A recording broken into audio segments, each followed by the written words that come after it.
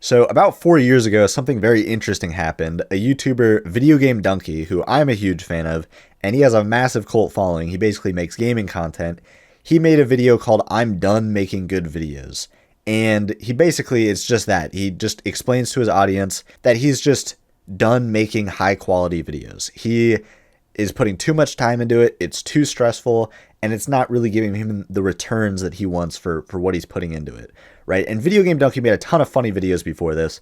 I was following them, and this video kind of came off as like half a joke, right? He made the video very jokey, lots of ironic bits thrown in, but it was actually ended up being true. He basically was done making good videos after that. Every video he's made since has been somewhat low quality, maybe with a couple like passion projects thrown in there. And the result has been really not, I think he's probably making more money than he ever has been, right? Even though he's probably on the fall off arc of his channel as a whole. I mean, they say channels only last 7 years, and they say it's like this Nike swoosh where, the views kind of drop off. He's still pulling ahead, honestly, with like monthly views. He's not really doing that bad. I mean, his views haven't really been like going up, but considering he's putting in way less effort, like I'd consider this a pretty positive mark on his part. And the reason is because he's just able to make every new game that comes out, like these videos aren't even that funny in my opinion. I'm sorry to hate too much on him, but every new trend that happens, he can just go and make a video about it real quick because it's so low effort, so quick. And it kind of got me thinking about a lot of other examples, like Atrioc. I also watch a lot of Atrioc. I don't know if this content's great.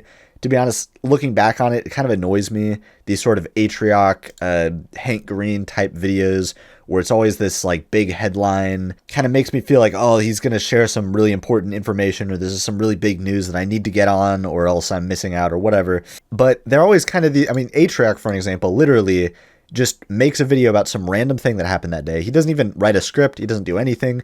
He just turns on his stream and just starts talking about it. And then has his editor, who probably only spends like an hour or two editing, just throw up some B-roll, throw up some relevant like stuff really quick, and boom, that's a 300,000 view video. He can make one of these every single day.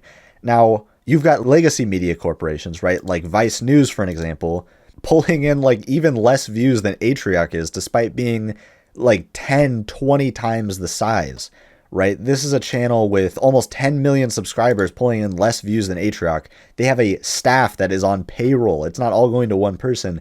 They're flying people out to locations to record video. They're doing all this crazy stuff.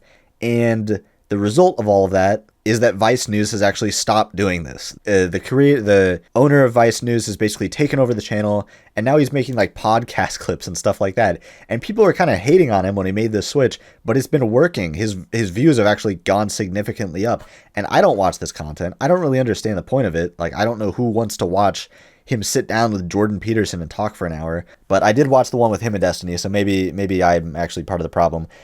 But these videos, people really like this. People really want to watch an hour of people talking. We already know this. Joe Rogan, oh my God, who's more popular than that? 20 million subscribers. I don't even want to think about how much money he has. And his entire job is just sitting down once a day and basically just talking with someone.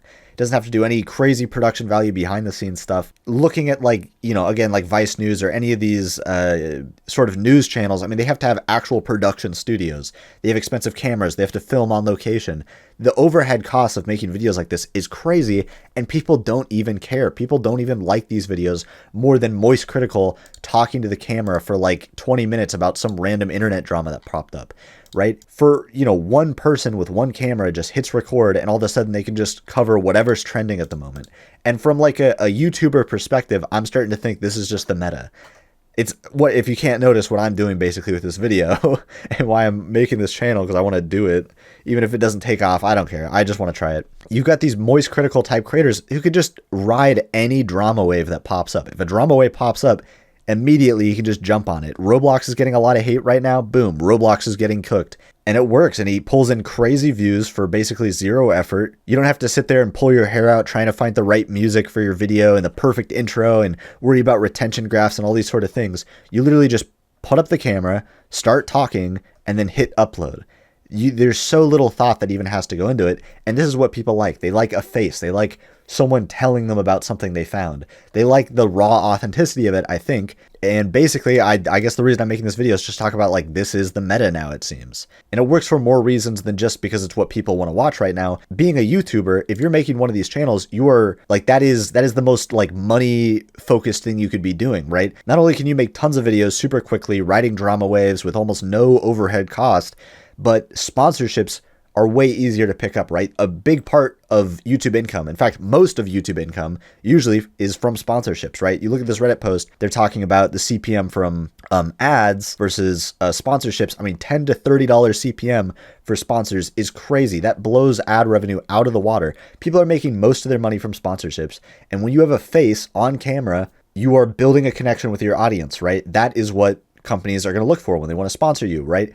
Vice News is not getting merch sales. Vice News is not able to tell their fan base to do anything because they don't really have a fan base, right? Faceless media companies and studios don't really have a lot of pull. They don't have a fan base and they don't get a lot of value out of sponsorships. And I think that's another reason that legacy media is just kind of dying. If you look at Task and Purpose, this was a huge channel that did military. I used to watch a ton of Task and Purpose, mainly because the guy who sort of ran the channel was so entertaining. It turns out Task and Purpose was owned by a legacy media company, private equity or whatever you want to call it, and they had some disagreements with the main host of the show. The main host left, created their own channel called Cappy Army, and that channel has basically taken all of the audience, all of the views that old channel used to get, which was tons, I mean millions per video, and is currently getting it now on his new channel. Meanwhile, Task and Purpose is being left in the dust. They're trying to pick up the pieces, but it just goes to show that all it took was just a face change, a host change, for the views to completely dump. And that's kind of the landscape of YouTube right now. If you don't have your face on content, if you're not the person behind it,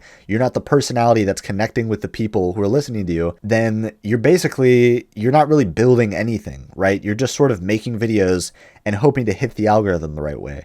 Trying to build a consistent audience. I mean, you look at a faceless channel like Tierzoo that's done pretty well, that has a pretty consistent audience. He recently made a video where he talked about what it took to make a video of Tierzoo, and it's insane. I mean, he is paying thousands of dollars sometimes for stock footage. He's going into Blender and recreating like animal scenes in 3D. This apparently, I guess, is what it takes to run a successful YouTube channel that's like completely faceless and has like an actual following instead of just writing like little drama waves and forever having to be a trend hopper. I can't even think about how much effort that would take, not to mention the loneliness of having to, hours of editing and doing, like, this is just not what I think most people would have fun doing. This is not the life as a YouTuber most people want to live.